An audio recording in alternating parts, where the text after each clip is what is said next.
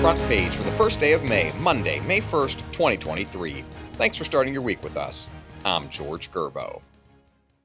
Arizona's Senate race is shaping up to be the ultimate political science experiment.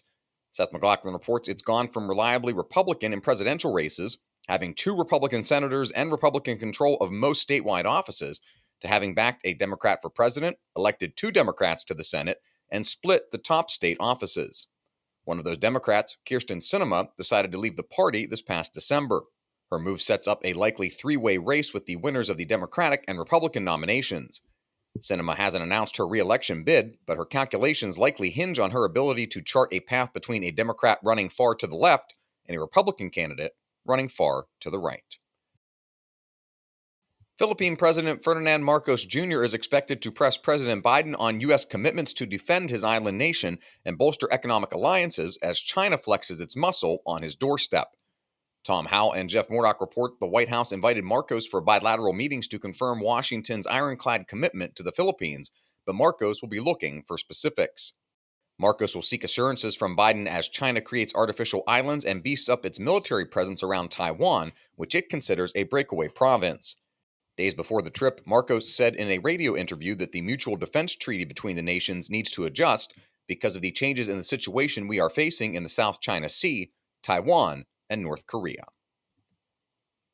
Staying in the region, South Korean President Yoon Suk-yeol wowed Americans with his singing ability during his trip to the United States, but concerns have been raised as he returns home about the nuclear assurances provided by the Biden administration.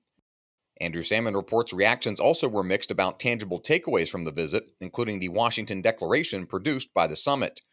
A standout in the document is the establishment of a bilateral nuclear consultative group, with the U.S. committing to make every effort to consult with South Korea on any possible nuclear weapons deployment on the Korean Peninsula. One South Korean newspaper was unconvinced, arguing the declaration puts shackles on South Korean policy. You can read all of these stories at WashingtonTimes.com/front page. You can also find the entire lineup of Washington Times podcasts at WashingtonTimes.com/podcasts. Donald Trump claims National Archives staff refused to help him pack up his office in the final days of his presidential administration, which caused him to take classified material to his home in Florida. Susan Ferricchio reports Trump's attorneys made the charge in a letter to Congress. They seek a legislative remedy to end the Justice Department's investigation into his possession of boxes of documents that the archives say belong to the agency and include some classified material. Officials at the archives disputed the claims by Trump's attorneys, but it appears they didn't assist in determining which material to pack at the end of his term. National Archives General Counsel Gary Stern said he told Congress in February that the organization provided only logistical support to Trump during his final days in office, similar to the assistance provided to 3 previous administrations. A spate of wrong address shootings across the country has sparked speculation about what's driving the incidents, from a fear of lawlessness and stand-your-ground laws to easy access for guns and lenient penalties for violent crime. Sean Salai reports studies such as the American Psychological Association's annual Stress in America reports have shown adults struggling with unprecedented levels of anxiety over rising crime rates, mass shootings, divisive politics, inflation, and more. Additionally, gun sales have surged to record highs in recent years. There were 1.6 million background checks for new firearm purchases in March, according to the National Shooting Sports Foundation, marking a record high 48 straight months of sales above 1 million.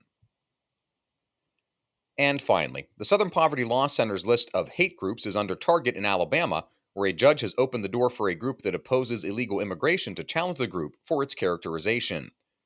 Stephen Dinan reports the Georgia-based Dustin Inman Society said it works against illegal immigration but has no problem with legal immigrants. The SPLC asked a judge to toss the case, but U.S. District Judge W. Keith Watkins refused in a ruling last week. The SPLC's work used to be universally praised, but has become more controversial as the organization has expanded its hate label beyond traditional violent racist organizations such as the Ku Klux Klan and neo-Nazis.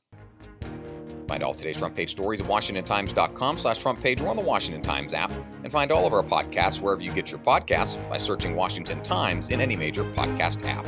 For the Washington Times, I'm George Gerbo.